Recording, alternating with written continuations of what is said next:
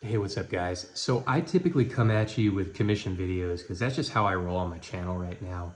But this one is not. This one is a story that happened to me, a true story that happened to me literally the other day. And it's pretty kind of scary, a little bit freaky. But first things first, if you do have a video you want to commission, hit me up at thesoftspokenshaman@gmail.com. They're reasonably priced. It's just the engine that keeps this channel running because I get sick of thinking up content on my own. It's much easier to talk about things that people want to hear about. So hit me up there if you want to check out my books.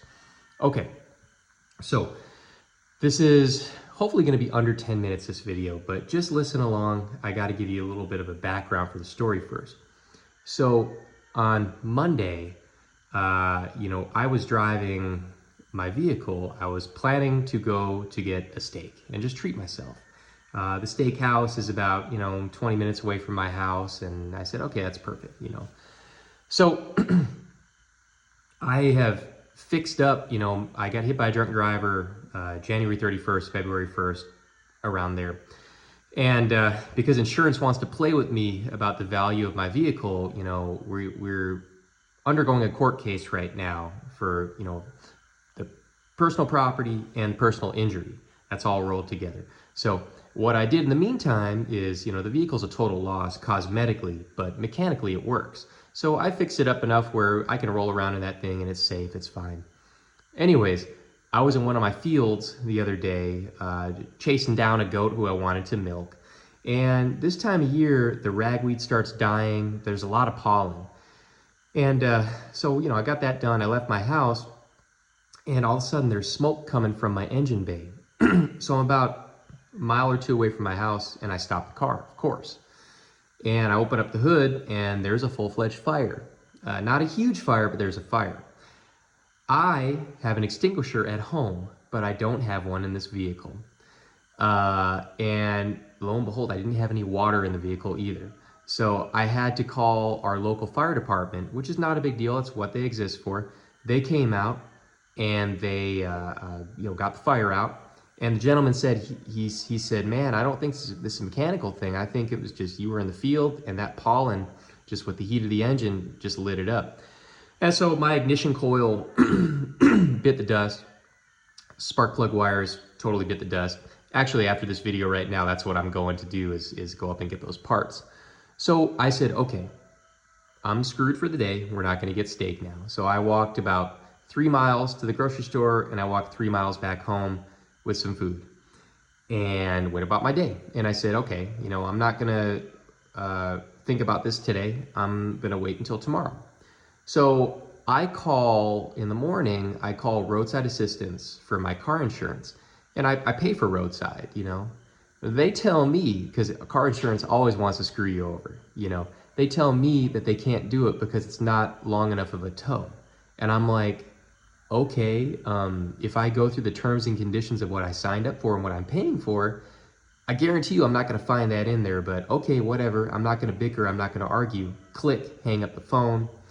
And so I go on Facebook and I start, in my community, I'm like, hey, does anybody have a rig, like either a tractor or a flatbed truck or something where they could tow me a mile? And I start getting some hits and, and all that. So I said, okay, I'll think about this. I'll make some calls. I did make a couple calls and the people were not in the community. They lived 50 miles away. And so I said, well, you guys are going to charge me what a normal tow would be. And I'm trying to avoid that, if possible. So anyways, I decide I'm going to go walk from my house over to where my truck is because I want to make sure that the state troopers have not tagged it, because typically, it's not on a highway, but it's on, a secondary road. And so I figure it's probably not tagged, but if it is, I need to know, because in this state, if it's tagged, you have about 24 hours to move it. If you don't, it gets impounded, and then you got to pay the impound fees, you got to pay the release fees and all that stuff. Nobody got time for that. Nobody wants to do that. So I walk over to the vehicle and I see it's not tagged. So I said, oh, goodness, great. That gives me another day to figure this out, and I can take my time. So anyways, I grab some things from the truck. I want to make sure I have no valuables in there, no expensive tools, just in case it gets broken into. It was left alone. That's the beautiful thing about living in the community that I live in, is you really don't have a lot of crime. Yeah, you got some tweakers, that goes without saying, but there's really very little crime. Anyways, I get to walking home, and about halfway point, there's a car just sitting there. And my dog is with me, and I'm just like, okay, hey, buddy, leave him alone, her, him. So anyways, as I get closer, the car starts rolling up to me. And the guy's like, hey, man, he's a guy in his 30s. It looks like a rough 30s, but in his 30s, excuse me, I'm going to sneeze.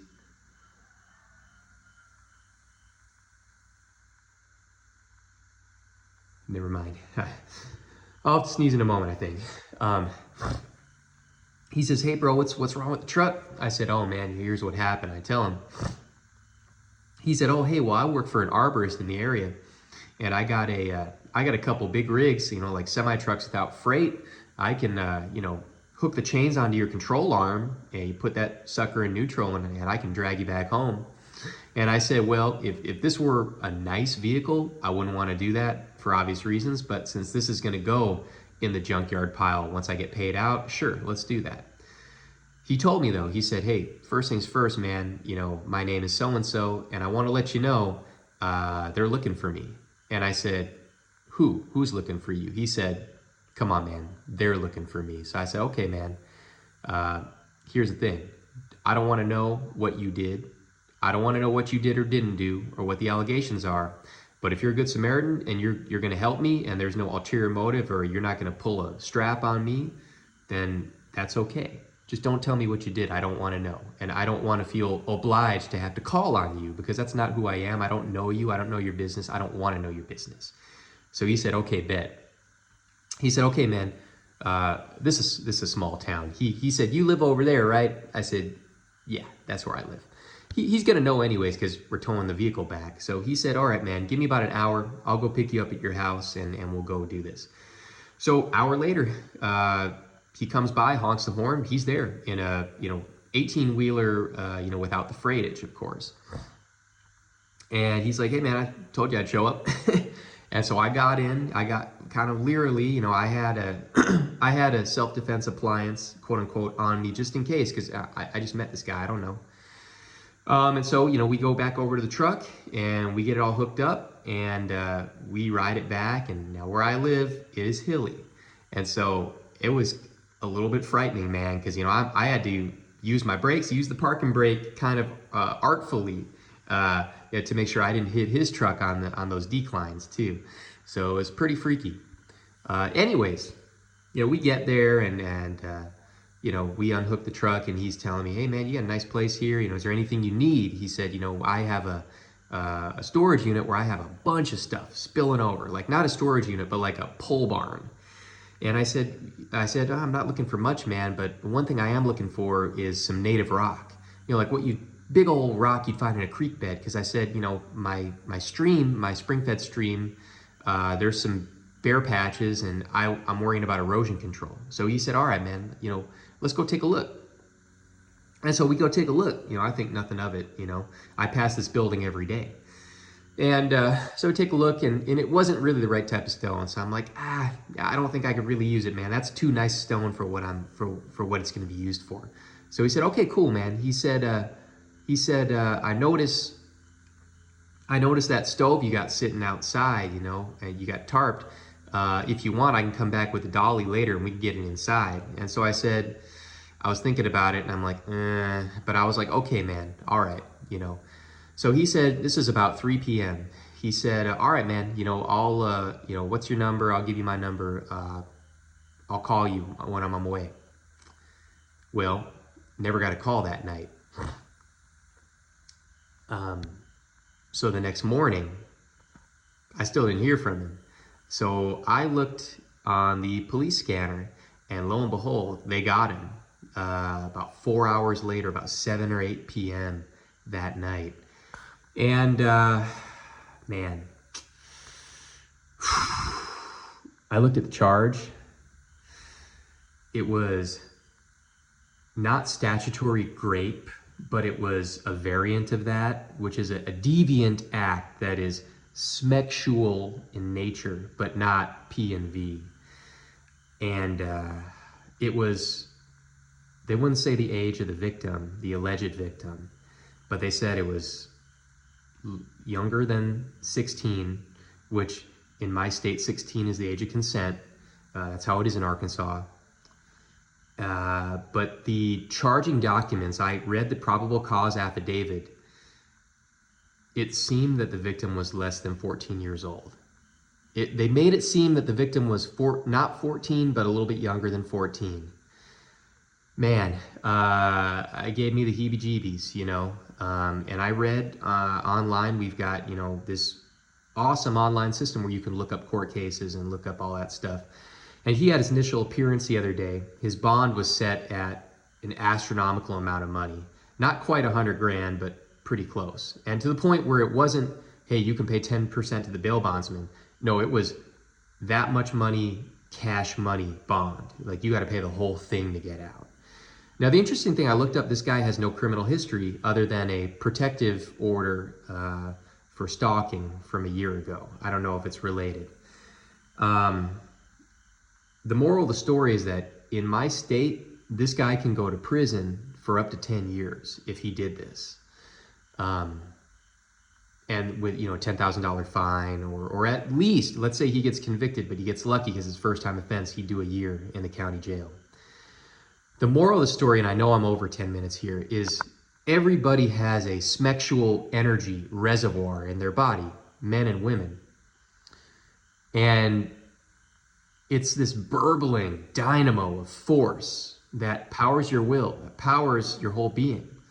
But since old, you know, Plato, Socrates, you know, all the greats have told us, either outright or in veiled language, that your smexual energy reservoir is to be kept tamed. It's not to be repressed, it's to be harnessed under reason and logic and, you know, compassionate care for not only yourself but other human beings. You know, because even if, you know, a lot of people make this argument, they go, oh, well, you know, grape is redolent in the animal kingdom. Well, how do you know that? Because there's so much, you know, pheromones and other things that we don't quite understand, that what may seem like grape to you in the animal kingdom may not be at all. You know, maybe there's some signaling with pheromones where the female is basically saying, hey dude, I'm in heat right now, you know? So we don't know. But in talking about animals doesn't give you a pass as a human being to act not only in a subhuman manner, but in a sub-animal manner. So, you know, secret societies and, you know, and such always in veiled language talk about how necessary it is to harness that sensual drive and make sure that you don't misuse it. Because when you misuse it, you can obviously ruin your life. You know, Freemasonry, the men wear aprons. The apron actually looks like the Gmail logo, right? They wear aprons over their genital area. And the symbolism is actually trifold for that symbol. But one of the interpretations is because you should never let your sexuality overpower your reasoning faculties. Because if you do, it's always going to lead to bad outcomes, either in terms of crime or just embarrassment, you know. And we see this with men and women, you know, all the women, all the female teachers who are getting arrested and going through the court process because they've been preying on their students, you know. So the moral of the story with this gentleman is, do not allow your smexual energy to overpower every other aspect of your being, you know, because if you do, you will regret it. Mother Nature, God, whatever you want to call it, guarantees it. So all you got to do is look at the Megan's Law website and look at your area where you live. And you're going to see that misappropriation of the smexual energy is a species-wide problem. Now, I've written extensively about this. You don't have to read my books. You can if you want. But this is a problem plaguing all of humanity. Corn exacerbates the problem. Touching yourself exacerbates the problem. And basically being irresponsible and irrational and And immature with those energies is a species-wide problem. So don't let yourself become the next victim of that, because when you become a victim of that, you become an oppressor to somebody else.